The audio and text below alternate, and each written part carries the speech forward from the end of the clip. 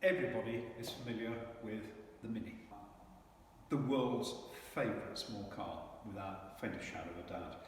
We've got quite a good collection of Minis here at Haynes, including a prototype. The Mini was the brainchild of a man called Alex Isigonis, an extraordinary designer, and before he designed the Mini, he'd actually come up with the Morris Minor. So, this guy knew about car production. And of course the Mini starts off in the 1960s, and in a slightly different form, is still with us in its BMW evolution.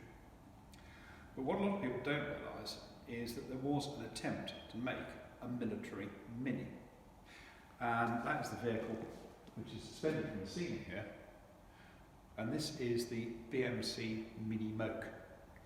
Now, the whole idea of this is a vehicle that was designed in the late 1950s, was a small, highly mobile vehicle that could be dropped with airborne troops. And you can see, as we have it, it's attached to the ceiling with a parachute above. So you could parachute it, you could load a number into an aircraft. It was supposed to give airborne troops landing behind enemy lines a degree of mobility. Unfortunately, that's where it all goes wrong. Because, as you can see, looking at it from underneath, it's got very, very little ground clearance. Its cross-country performance, which is vital on a battlefield, is actually quite appalling. So it was never adopted by the military. But what it was used for was a fun car.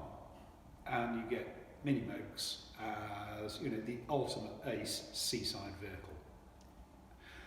So you've got something that goes from a military application to a fun application, and in the end I think about 150,000 of these were produced and sold, and an awful lot are still around, painted in bright colours.